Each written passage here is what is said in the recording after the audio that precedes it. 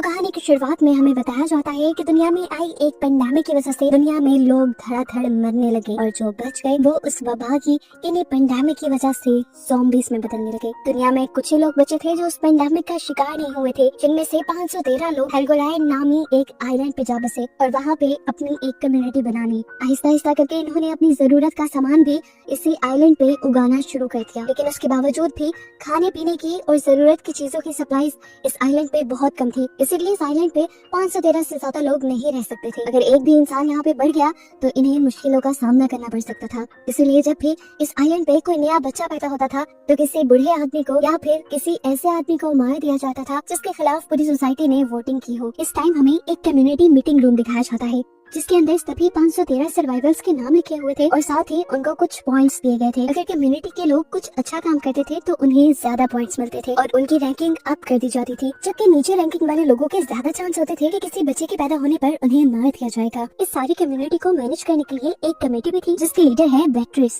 खैर, अब कहानी में 15 साल का वक्त गुजर जाता है। हमें एमिली नाम की एक लड़की को दिखाया जाता है जिसके यहाँ एक बेटा होने वाला था और सभी यहाँ इकट्ठे हुए थे। एक न्यूज रिपोर्टर ये सब कुछ रिकॉर्ड भी कर रही थी। रूल्स के मुताबिक अब इस आइलैंड पे जब भी कोई बच्चा पैदा होता है तो किसी दूसरे इंसान को मरना होता है। इसीलिए एमिली के डैड खुद ही सैक्रिफाइस देने का फैसला करते हैं और जाकर एक चट्टान से कूदकर अपनी जान दे देते हैं। लेकिन इससे भी काम नहीं बना था क्योंकि पता चला कि एमिली के यहाँ ट्विंस हुए थे। अब इन्हें किसी और को भी मारना था। बेटर्स अपनी कमेटी बिठाते हैं ये फैसला करने के लिए कि आगे अब दूसरे नंबर पे किसको मारा जाए। सभी लोग ये फैसला करते हैं कि हमें वोटिंग करनी चाहिए कि दूसरे किस इंसान को मारना चाहिए। एक रिपोर्ट के जरिए सभी लोगों को उनकी रैंकिंग बताई जा रही थी और घर बैठे सभी लोग अपनी रैंकिंग देख रहे थे। क्रिश्चियन और हेनरिक दोनों दोस्त देखते हैं कि उनकी रैंकिंग बहुत नीचे है। क्रिश्चियन ये देखकर घबरा जाता है और हेनरिक से कहता है कि अगर इन्होंने मुझे मारने के लिए चुना तो मैं तो अपनी जान नहीं दूंगा। तब हेनरिक ने उसे बताया, याद है ना पिछली मर्तबा जब एक बंदे ने अपने आप को बचाने की कोशिश की थी तो उसे जबरदस्ती एक बॉक्स में डालकर पानी में गिरा दिया गया था। इसके बाद हमें 512 नंबर रैंकिंग वाली एक एलिस नाम की लेडी को दिखाया जाता है।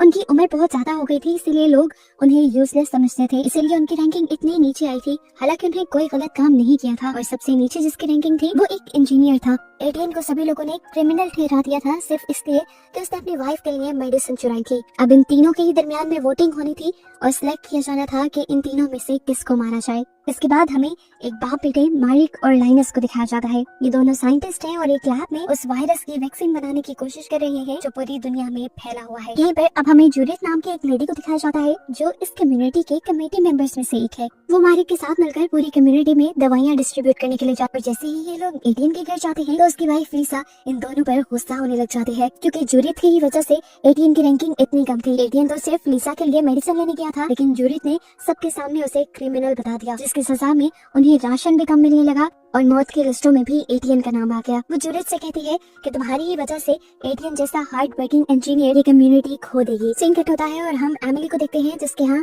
अभी 2 बच्चे पैदा हुए थे। वो बड़ी और जो थर्ड क्लास रैंकिंग पे थी वो आकर उसका बच्चा ले जाने लगती है, लेकिन तभी एमिली की आंख खुल जाती है। वो बूढ़ी औरत माफिया मांगने लगती है, तुम जैसे समझ रही हो वैसा बिल्कुल नहीं है, मैं तुम्हारे बच्चे को कोई नुकसान पहुंचाना नहीं चाहती थी, लेकिन फिर भी एमिली ने उससे अपना बच्चा ले लिया। यहाँ दिखाया जाता है कि मारिक ने भी मेडिसिन चुराई थी और लाके उसने एक बूढ़ी औरत को दे दी थी। ये सब जूलियट ने देख लिया और उसने ये सारी बातें जाकर बेट्रिस को बताई जो इस टाइम शॉपिंग मॉल में थी। मारिक वो इंसान था जो इन सबको बचा भी सकता था वैक्सीन बनाकर। बेट्रिस का फायदा था उससे जिंदा रखने में, इसलिए वो जूलियट से कहती है कि तुम इस बारे में किसी को मत बताना, बताने पे मैं उसे खुद ही सजा दूंगी और यहाँ से निकाल भी दूंगी और उसकी जगह मैं तुम्हें ही दूंगी, यकीन मानो मेरा। इन दोनों की बातें क्रिश्चियन और हेनरिक ने सुन ली थी। इनकी गेम को समझते हुए उन्हें भी यहाँ पर एक गेम खेलने का आइडिया आता है। यहाँ पर इस टाइम एक बच्चा था जिसका एक लड़के से टकराने पर पिकल का जार टूट गया। खाना यहाँ पे बहुत कम था, इसलिए लोगों को लिमिटेड खाना दिया जाता था। सारे ये खाने का नुकसान देखकर उदास हो गए। ये देखते हुए हेनरिक क्रिश्चियन से कहता है, अगर तुम्हें अपनी रैंकिंग बढ़ानी है तो जाकर इस बच्चे की सबके सामने मदद करो। हेनरिक की बात मानते हुए क्रिश्चियन उस लड़के के पास जाता है और उससे अपना सामान बांटने लगता है, जो देखकर सभी उससे बहुत ज्यादा इम्प्रेस हो जाते हैं, यहाँ तक कि बेट्रिस भी, और वो उसे 10 पॉइंट एक्स्ट्रा देने का भी ऐलान कर देती है जिससे उसकी रैंकिंग अच्छी हो जाए। इतनी देर में हेनरिक जाता है लीसा और एडियन के पास जो कि यहाँ से खाना लेने के लिए आए हुए थे। हेनरिक जानता था कि लीसा और को खाना बहुत ज्यादा कम मिल रहा है, इसलिए वो लीसा से कहता है, अगर तुम चाहो तो मैं तुम्हारे साथ अपना खाना शेयर कर सकता हूँ। उसके इरादे भांपते हुए लीसा उससे मना कर देती है। काउंटर की दूसरी तरफ खड़ी हुई बेट्रिस ने भी ये सारी बातें सुन ली और बाहर आकर वो हेनरिक को डांटने लगी और यहाँ पर हमें पता चला कि असल में हेनरिक बेट्रिस का ही बेटा था। सिंगट होकर हमें मारिक के लैब को दिखाया जाता है। मारिक ने एक जबरदस्त जबरदस्ती बाहर की दुनिया से लाकर इन्फेक्टेड इंसान को अपने पास रखा हुआ है, जिस पर वो अपने एक्सपेरिमेंट करता है। यहाँ पर हम देखते हैं कि दोबारा से हेनरिक लिसा के पीछे पड़ चुका था। जब वो स्टोर से कुछ सामान लेने के लिए आई थी, वो लिसा से कहता है कि तुम मेरी ऑफर को मान जाओ, मैं तुम्हें खूब खाने के लिए दूंगा, लेकिन इसके बदले तुम्हें मेरे करीब आना पड़ेगा। जो मैं चाहूँ तुम्हें मुझे वो देना पड़ेगा। लिसा जब उसकी बात नहीं मानती तो हेनरिक उससे जबरदस्ती करने लगता है और तभी यहाँ पर अलार्म बज जाता है, जो सुनकर फौरन ही हेनरिक लिसा को छोड़कर यहाँ से बाहर बॉर्डर की तरफ भागता है। असल में हेनरिक यहाँ का एक सोल्जर है। देखने को मिलता है कि समुद्र के रास्ते से कुछ लोग इस आइलैंड पे घुसने की कोशिश कर रहे थे, लेकिन इस आइलैंड पे किसी भी और इंसान की जगह नहीं थी। ये लोग उन्हें वार्निंग देते हैं कि वहीं पर रुक जाओ। वहाँ के लोग इनकी वार्निंग्स जब नहीं सुनते तो मिया, जो कि सोल्जर्स के लीडर है, वो उन आदमियों के ऊपर गोली चला देती है, जिससे सब डर कर यहाँ से भागने लगते हैं। बाकी लोगों को मारने का इनका इरादा नहीं था, लेकिन हेनरिक को तो ऐसे कामों में बहुत मजा आता था। उसने सिर्फ अपने मजे के लिए बारी बारी सभी लोगों को शूट करके मार डाला। खैर, अब ये लोग कम्युनिटी के मीटिंग रूम में आते हैं, जहाँ पर वोटिंग होनी थी आखिरी रैंकिंग वाले 3 लोगों के दरमियान में,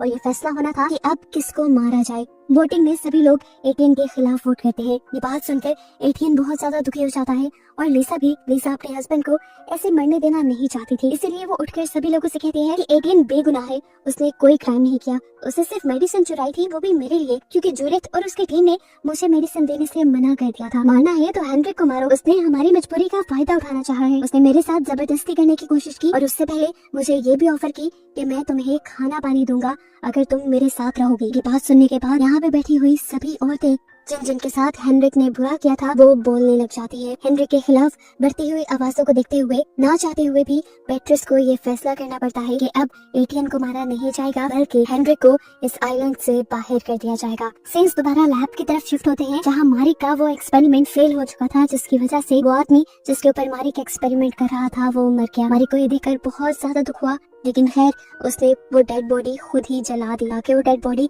यहाँ पर वायरस न फैलाए। दुखी होकर वो घर आता है और यही बात लाइनस को बताता है कि उनका एक्सपेरिमेंट फेल हो गया है। यहाँ पर लाइनस ये फैसला करता है कि अब वो बाहर की दुनिया में जाएगा और बड़े साइंटिस्ट ने जो वैक्सीन बनाई थी उस वैक्सीन का सैंपल लेके आएगा मिया के साथ बाहर जाकर। मिया यानी सोल्जर्स के लीडर। मारिक को उसका आइडिया बिल्कुल पसंद नहीं आया था, लेकिन लाइनस अब उसकी एक बात सुनने वाला नहीं था। वो थोड़ी बहुत तैयारी करता है, बाहर सूट पहनता है और सोल्जर्स के साथ इस आइलैंड से बाहर की दुनिया में जाने के लिए निकल जाता है। हम देखते हैं कि इसी बोट पे हेनरिक भी था, जिसे ये लोग बाहर की दुनिया में छोड़ने जा रहे थे। कुछ देर बाद ये लोग मेन लाइन पर पहुंच जाते हैं और एक सोल्जर हेनरिक से इस बोट से उतरने को कहता है, लेकिन जब हेनरिक नहीं उतरता तो वो सोल्जर उसे मारने लग जाता है। वो हेनरिक को ऐसे मार रहा था जैसे पुराना बदला ले रहा हो, और यहाँ पर उसी की यादों से पता चला कि हेनरिक उसकी बहन के साथ भी बहुत गलत काम कर चुका था, जिसका गुस्सा वो इस टाइम हेनरिक पे उतार रहा था।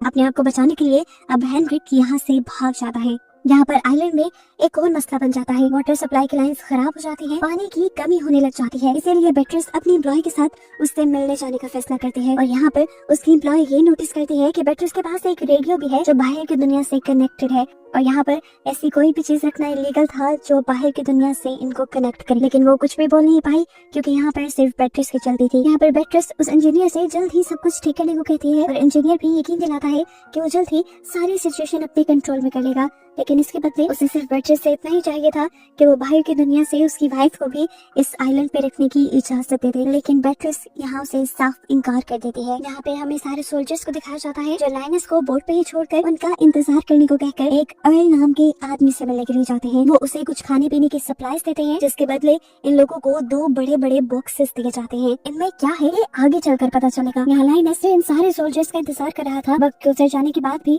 जब ये सोल्जर्स बोट पे नहीं आते तो वो खुद ही चेक करने के लिए बाहर निकल जाता है, और यहाँ पर उसका टकराव हो जाता है एक लड़के से जो उसे एक मेडिसिन देते हुए कहता है कि मेरे पास मेरी शिप में ऐसी बहुत सारी मेडिसिन है, अगर तुम इन्हें लेना चाहते हो तो मेरे साथ आ जाओ। ये सुनकर लाइनस उस लड़के के साथ उसकी शिप के लिए निकल जाता है, जहाँ जाने पर वो देखता है कि वो लड़का झूठ नहीं बोल रहा था, उसके पास सच में बहुत सारी मेडिसिन है, लेकिन देने से पहले वो एक शर्त रख देता है। वो कहता है कि इन मेडिसिन के बदले तुम्हें मुझे और मेरे साथ मेरे सारे साथियों को अपने आइलैंड पर लेकर जाना होगा। उसके कहते ही यहाँ पर धड़ाधड़ लोग निकलना शुरू हो जाते हैं। इनकी तादाद कहीं ज्यादा थी, इसीलिए लाइनस यहाँ से भागने में ही अच्छा जानता है। यहाँ पर सभी सोल्जर्स भी अपनी बोट की तरफ अब बढ़ने लगे थे, तभी एक आदमी एक सोल्जर के ऊपर हमला कर देता है। इससे पहले कि वो सोल्जर को नुकसान पहुंचाता, जैसे दूसरे सोल्जर उस आदमी पर हमला करके उसे मार डालते हैं और तेजी से अपनी बोट की तरफ बढ़ने लगते हैं। ये सब जब बोट पे बैठे तो इन्हें पता चला कि लाइनस बोट पे नहीं है। इससे पहले कि वो उसे ढूंढने के लिए नीचे उतरते वापस, बहुत सारे यहाँ के लोकल लोग इनकी बोट की तरफ बढ़ने लगते हैं जो जिंदगी की उम्मीद में थे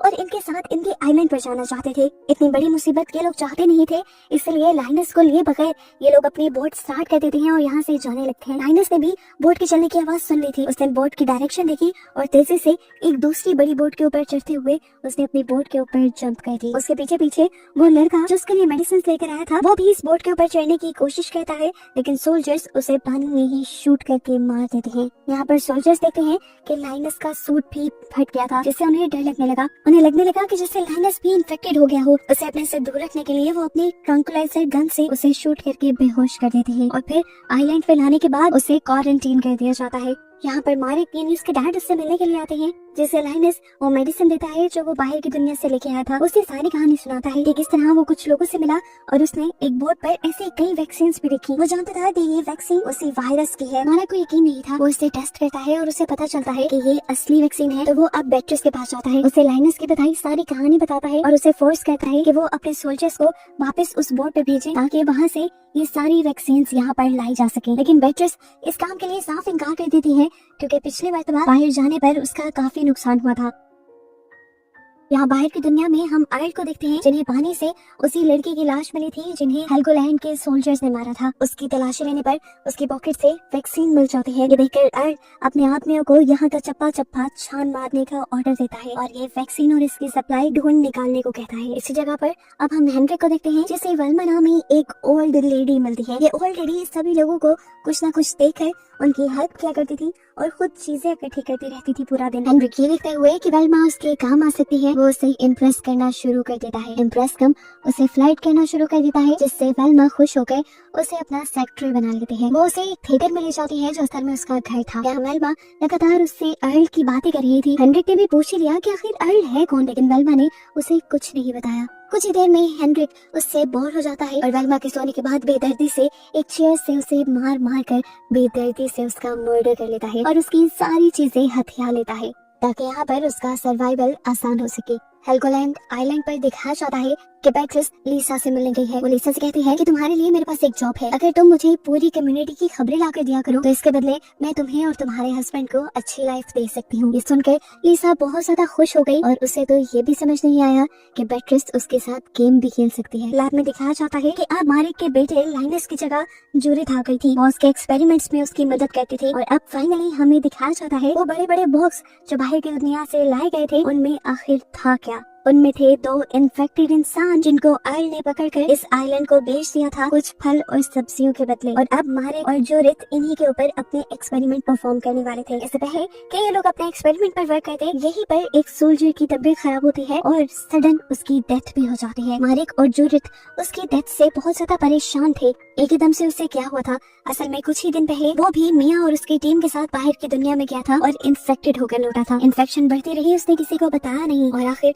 अब उसकी मौत हो गई। ये लोग उसकी बॉडी जला देते हैं, जबकि यहाँ पर लाइनस देखता है कि उसकी बॉडी पे भी उस सोल्जर जैसे ही निशान पड़ने लगे थे, लेकिन वो इस बारे में भी अभी अपने डैड को नहीं बताता। लेकिन वो इन निशानों से डर चुका था क्योंकि वो जानता था कि अब उसके साथ क्या होने वाला है। अब वो सोल्जर जो मरा था उसका सारा इल्जाम आ जाता है उनके लीडर मिया पर, हालांकि इसमें उसका कोई कसूर नहीं था। कम्युनिटी की मीटिंग बिठाई जाती है और बेट्रिस ये फैसला करती है कि मिया के 100 पॉइंट्स काट दिए जाएंगे क्योंकि उसने बाहर जाने पर अपनी टीम का ख्याल नहीं रखा था, जिसकी वजह से वो लड़का इन्फेक्टेड हुआ और मर गया। साथ ही उसे आर्मी से भी निकाल दिया जाता है और जेल में काम करने के लिए छोड़ दिया जाता है। इसी दौरान यहाँ पर एक लड़की खांसने लग जाती है, जिसकी खांसी सुनकर सबको लगता है कि वो लड़की इन्फेक्टेड है और सभी डर कर यहाँ से भाग जाते हैं। इस लड़की का नाम था फ्यूना और असल में ये लड़की प्रेग्नेंट थी पर उसकी शादी नहीं हुई थी, इस वजह से सब उसके बच्चे को मार देते। वो बहुत ज्यादा परेशान थी। इसी टेंशन में वो टॉम के पास आती है तो टॉम उसे बताता है कि तुम टेंशन मत लो, मैं तुम्हारा और अपने बच्चे का अच्छे से ख्याल रखूंगा और किसी को नुकसान पहुंचाने नहीं दूंगा। सीन कट होकर फाइनली हमें दोबारा लैब का सीन दिखाया जाता है जहाँ पर जूडिथ और मार्क वैक्सीन बनाने की कोशिश में है, लेकिन जितनी भी मर्तबा बनाते हैं नाकाम हो जाते हैं। उन्होंने अभी नई बनाई हुई वैक्सीन की डोज भी जैसे ही अपने एक्सपेरिमेंट्स के ऊपर अप्लाई की तो उनकी तबीयत बिगड़ने लगी, जिससे ये साफ जाहिर हो गया कि ये वैक्सीन भी नाकाम बनी है। मार्क टेंशन में जूडिथ से कहता है कि जो भी हो हमें जल्द से जल्द वैक्सीन बनानी पड़ेगी क्योंकि वायरस हमारे आइलैंड पे एक मर्तबा आ चुका है। कितने बंदों को वो अपनी लपेट में लेगा इसका कोई अंदाजा नहीं। यहाँ बाहर की दुनिया में हमें अर्ल को दिखाया जाता है जो उस मरे हुए लड़के के साथियों के पास आया था। वो उन्हें उनके साथी की लाश दिखाकर कहता है इसे आइलैंड वालों ने मारा है। अगर तुम चाहते हो कि तुम्हारा भी ये हाल ना हो तो मुझे उस वैक्सीनेशन का पता बता दो। काफी देर तक तो सारे खामोश रहते हैं। फिर एक लड़का आगे बढ़ता है और आयल से कहता है मैं तुम्हें इन वैक्सीन के बारे में बता तो दूं, लेकिन उसके बदले मेरी शर्त है कि मुझे आइलैंड में सेफ लाइफ दी जाएगी। सीन्स दोबारा आइलैंड पे शिफ्ट होते हैं जहाँ मायरक मिया से मिलने के लिए जेल में आए हैं। वो मिया से कहता है कि मेरी इतनी अथॉरिटी है कि मैं तुम्हारी सजा कम करवा दूं, लेकिन इसके बदले मुझे सिर्फ तुम्हारी थोड़ी सी मदद चाहिए। तुम्हें वापस उस जगह जाना होगा जहाँ से लाइनस को वो वैक्सीन मिली थी और वो वैक्सीन लेकर यहाँ आना होगा। लेकिन मिया ये काम करने से साफ इनकार कर देते हैं। सीन्स दोबारा बाहर की दुनिया में शिफ्ट होते हैं जहाँ पे हेनरिक था और हेनरिक को इस मरतबा पकड़ लिया था कुछ कैनिबल्स ने, यानी आदमखोरों ने, और वो उसे बस पकाकर खाने ही वाले थे। तभी हेनरिक ने कहा कि मुझे मत मारो, मैं आयल का आदमी हूँ। आयल का नाम सुनते ही ये लोग उसे छोड़ देते हैं क्योंकि वो बहुत पावरफुल था। अब उनसे इतनी बड़ी गलती हो रही थी कि वो आयल के आदमी को मारने जा रहे थे। इस चक्कर में वो खुद आयल से माफी मांगने के लिए इस बंदे को बांधकर आयल के सामने ले जाते हैं, लेकिन आयल तो हेनरिक को जानता तक नहीं था। आयल भी इसे मारने का हुक्म दे देता है और इससे पहले कि इसे मार दिया जाता, हेनरिक आयल को बताता है कि मैं बेट्रिस का बेटा हूँ, आइलैंड के लीडर का बेटा। वो बताता है कि मैं भटक कर यहाँ आ गया हूँ, मुझे वापस जाने में आपकी मदद चाहिए। अगर ऐसा हो जाए तो आप जो चाहे मैं करूँगा। वो उसे ये भी बताता है कि बुरी औरत वेल्मा की मौत हो गई है वायरस की वजह से। उसकी बातें सुनकर वो हेनरिक को बंदवा देता है और उसे बताता है कि तुम बहुत ही होशियारी से झूठ बोलने की कोशिश कर रहे हो, लेकिन नाकाम, क्योंकि सारी हकीकत मुझे पहले ही पता है। मैं आयल हूँ, हर चीज पे नजर रखता हूँ। तुम उस आइलैंड से भटके नहीं बल्कि निकाले गए हो और वेल्मा को भी तुमने ही मारा है, ना कि किसी वायरस ने। अब तो हेनरिक को लगा था कि वो पक्का मरा। उसके दिमाग में एक और चाल आई और उसने आयल को कहा कि मैं आपको आइलैंड के सभी सीक्रेट डोर्स और सभी सीक्रेट्स के बारे में बता सकता हूँ। यहीं पे बंधे बंधे आयल उससे सारी सीक्रेट डोर्स पूछ लेता है और उससे खुश होकर जिंदा छोड़ देता। अब यहाँ पे कुछ लोग क्योंकि मर चुके थे तो आइलैंड पे एक आध बंदे का इजाफा किया जा सकता था और उन्हीं लोगों का इंटरव्यू लिया जा रहा था, जिसमें से एक थी वाटर सप्लाई इंजीनियर की वाइफ, जिसे मेडिसिन के बारे में बहुत कुछ पता था। उसे इस आइलैंड पे लाना सबके लिए फायदेमंद साबित हो सकता था। लेकिन यहीं पर एक और कैंडिडेट थी जो बताती है कि मैं एक सर्जन हूँ। जब उसका इंटरव्यू लिया जाता है तो वो इंटरव्यू में पास हो जाती है और ऐसे इंजीनियर की वाइफ के बजाय उसे आइलैंड पर लाने के लिए तैयारी शुरू कर दी जाती है। इंजीनियर को जैसे ही पता चलता है कि उसकी वाइफ को सिलेक्ट नहीं किया गया तो उसे बहुत ज्यादा गुस्सा आ जाता है और वो भी वापस मेन लाइन पर अपनी वाइफ के पास जाने का डिसीजन लेता है। लेकिन बेट्रिस ऐसा नहीं चाहती थी। उसके पास एक ही वाटर इंजीनियर था जिससे वो खो नहीं सकती थी। सीन कट होकर अब हमें एडियन को दिखाया जाता है जिसकी वाइफ लीसा बेट्रिस के लिए काम कर रही थी। उसके लिए पूरे आइलैंड की वो खबरें रखती थी। इसी वजह से बेट्रिस उसका साथ भी दे रही थी। वो एडियन को भी एक विंड मिल के अंदर जॉब दे देती है जहाँ काम करते हुए उसे एक पुरानी शराब की बोतल मिलती है जिसे वो अपने बॉस को दे देता है। फिलहाल एडियन की ड्यूटी खत्म हो गई थी, वो यहाँ से चला गया और उसका बॉस ड्यूटी करने लगा। इतनी ही देर में गुस्से से भरा इंजीनियर यहाँ आया और यहाँ की सारी चीजें तोड़ने लगा। नशे में धुत एडियन का बॉस उसे रोकने की कोशिश करता है और उसे रोकने के लिए ऊपर भी जाता है, लेकिन नशे की वजह से डिसबैलेंस होकर गिर जाता है और उसकी टांग टूट जाती है। जिस टाइम मारिक उसकी सर्जरी कर रहा था तो इस टाइम वो नई लड़की जो यहाँ आई थी डेनेलिया, मारिक देखता है कि वो बहुत ज्यादा घबरा रही है, यहाँ तक कि वो तो यहाँ से भागकर चली भी जाती है। मारिक को शक होता है और वो सर्जरी के बाद डेनेलिया के पास जाता है और उससे पूछता है कि तुम्हें वहाँ खड़े हुए क्या हो रहा था। डेनेलिया भी झूठ नहीं बोलती और सच बता देती है कि मैं एक सर्जन नहीं हूँ, मैं पहली मरतबा कोई सर्जरी होता देख रही थी, इसलिए मुझे अजीब फील हो रहा था। मारिक पूछता है तो तुमने वो इंटरव्यू कैसे पास किया, जिस पर डेनेलिया उसे बताती है कि मुझे किताबें पढ़ने का बहुत शौक है और मैंने वो सब बस मेडिसिन की किताबों में पढ़ा था, इसीलिए वो मारिक को ही ब्लैकमेल करने लगी और उसने बताया कि मैं जानती हूँ तुम्हारा बेटा लाइनस इन्फेक्टेड है, मैं भी इस बारे में कुछ नहीं बताऊंगी इस शर्त पर कि तुम मेरे बारे में किसी को कुछ मत बताना। अभी ये दोनों बात ही कर रहे थे कि यहाँ पर जूडिथ आ गई जिसने इन दोनों की बातें सुन ली थी। वो उनको धमकी देती है कि मैं तुम दोनों के राज पूरी कम्युनिटी में जाकर बता दूंगी और लाइनस को भी मार दूंगी। इससे पहले कि वो बाहर निकलती पीछे से डेनेलिया उसके सर पे हमला करते हुए उसे मार डालती है और फिर मारिक और डेनेलिया मिलकर रात के अंधेरे में उसकी लाश को ठिकाने लगा देते हैं, यानी पानी में फेंक देते हैं। अगली सुबह मारिक को एक रिपोर्ट मिलती है कि एक लड़की की तबीयत बहुत ज्यादा खराब है, जिसके बारे में हमने थोड़ी देर पहले देखा था कि वो प्रेग्नेंट है। उसकी तबीयत खराब हो गई थी, इस टाइम उसका मिसकैरेज हो गया था। ये काफी खतरे की बात थी। अगर किसी को पता चल जाता तो फ्यूना को मारा भी जा सकता था, लेकिन उसकी मॉम मारिक की मिन्नतें कहती है कि प्लीज इस बारे में आप किसी को मत बताना और मारिक भी ये सीक्रेट रखने के लिए मान जाता है। यहाँ पर बेट्रिस जब लैब में आती है तो उसे एक जगह एक टूटा हुआ दांत दिखाई देता है जो असल में जूडिथ का था। जब डेनेलिया ने उसके ऊपर वार किया था तो टूटकर गिर गया था और मारिक ने उसे उठाकर वहां रख दिया। इस दांत को देखते ही शक तो बेट्रिस को हो गया था, लेकिन फिर भी उसने मारिक से दूसरे तरीके से बात शुरू की और कहा कि जूडिथ का कुछ दिन से कुछ पता नहीं। मारिक की बात कॉल करना चाहता था तो फौरन बेट्रिस बोली, मुझे लगता है कि उसके गायब होने के पीछे तुम्हारा ही हाथ है, क्योंकि ये देखो दांत मुझे यहीं से मिला है। वो इनकार कर सकता था कि ये सब उसने नहीं किया, लेकिन वो बड़ी दीदा दलेरी से कहता है, हाँ तो फिर अगर मैंने ऐसा कुछ किया भी है तो मैं जानता हूँ कि तुम मेरा कुछ नहीं बिगाड़ सकती, क्योंकि तुम्हें मेरी बहुत जरूरत है। उसकी बात सुनकर बेट्रिस भी शौक रह गई और उसे पता चल गया कि वो मार्क के खिलाफ कुछ कर नहीं सकती। इसलिए वो मार्क से कहती है, तुम परेशान मत हो, मैं सबका इल्जाम इंजीनियर पर लगाकर उसे साइलेंट से निकाल दूंगी। कुछ दिन बाद कम्युनिटी की मीटिंग में दिखाया जाता है कि लिसा ने बेट्रिस के कहने पर इंजीनियर के खिलाफ सबूत इकट्ठे किए, जिससे जाहिर हो रहा था कि इंजीनियर ने जूडिथ का मर्डर किया, हालांकि ऐसा नहीं था और अब उसे मारने की सजा दे दी जानी थी। हम देखते हैं कि विंडमिल का नया इंचार्ज अब एटियन को बना दिया गया था लिसा के इस काम की वजह से। लिसा और एटियन बहुत ज्यादा खुश थे। वो अपनी इसी खुशी को सेलिब्रेट कर रहे थे कि यहाँ पर विंडमिल का इंचार्ज यानी वो बॉस आ गया जिसका भी ऑपरेशन हुआ है। वो एटियन पे बहुत ज्यादा गुस्सा हो रहा था और एटियन से वो कहता है कि तुमने जानबूझकर मुझे वो शराब की बोतल दी थी ताकि मेरे साथ कोई हादसा हो जाए और तुम वहाँ की इंचार्ज बन जाओ। लेकिन एटियन उसे समझाता है कि मेरा ऐसा कोई इरादा नहीं था। फिर सीन कट होकर अगले दिन हमें दिखाया जाता है कि उस इंजीनियर के हाथ पांव बांध कर उसे समुद्र में फेंकने की तैयारी की जा रही थी और ये तमाशा देखने के लिए यहाँ पर सभी लोग आए हुए थे। यहाँ पर मार्क भी खड़ा था जिसने ये मौत का तमाशा अपनी आंखों से देखा और उसे बिल्कुल अच्छा नहीं लगा, क्योंकि उसके कसूर की सजा इस टाइम किसी और को दी जा रही थी। वो फैसला करता है कि वो लाइनस के पास जाकर सब सच बता देगा और यहाँ से सीन कट होकर हमें आज से 15 साल पहले की कहानी दिखाई जाती है, जब मार्क और बेट्रिस इसी आइलैंड के सुपर स्टोर पे मिले थे। मार्क भी इसी सुपर स्टोर की फार्मेसी में वैक्सीन बनाने की कोशिश कर रहा था। बेट्रिस उससे बात करने की कोशिश करती है, लेकिन मार्क उससे ज्यादा बात नहीं करता और अपनी फार्मेसी में आ जाता है जहाँ वो एक नर्स के साथ वैक्सीन बना रहा था। बाहर हम देखते हैं कि बेट्रिस इस पूरे सुपर स्टोर पर अपने आदमियों के साथ मिलकर कब्जा कर लेती है और यहाँ पर एक लड़की जो रिपोर्टर का काम कर रही थी वो सब ऑडियंस को ये दिखाने की कोशिश करने लग जाती है कि बेट्रिस इस आइलैंड की लीडर के लिए एक परफेक्ट कैंडिडेट है। बेट्रिस जानती थी कि मार्क इसी फार्मेसी में काम करता है और वो सारी सच्चाई सब लोगों को बता सकता है। वो इस सब को हाइड रखने के लिए मार्क से कहती है कि तुम जो चाहो इस फार्मेसी में मेडिसिन बना सकते हो, लेकिन इसके बदले मुझे सिर्फ इतना ही चाहिए कि तुम अपना मुंह बंद रखो। मार्क उसकी बात मान जाता है, लेकिन कुछ ही देर में हम देखते हैं इस आइलैंड का जो असली प्रेसिडेंट है वो मार्क को अरेस्ट करने के लिए पहुंच जाता है। तब बेट्रिस बड़ी ही चालाकी से उस प्रेसिडेंट को ही मुजरिम ठहराते हुए फंसा देती है और उसे मरवा कर उसकी जगह ले लेती है और साथ ही साथ मार्क को भी जेल से बाहर निकलवा देती है। यहीं पे हम देखते हैं कि मार्क अब अपनी वाइफ से बात कर रहा था जो कि मेन लाइन पर अपनी वैक्सीन बनाने की कोशिश में थी और वो अपना सारा डेटा यहाँ पर मार्क के साथ डिस्कस कर रही थी। लेकिन तभी उसके लैब में कुछ गुंडे आकर हमला कर देते हैं और मार्क की आंखों के सामने उसका मर्डर कर देते हैं। यहाँ पे मार्क अभी भी आइलैंड को आइडियल बनाने की कोशिश में थी, लेकिन उस टाइम इस आइलैंड की पॉपुलेशन बहुत ज्यादा थी। तब वो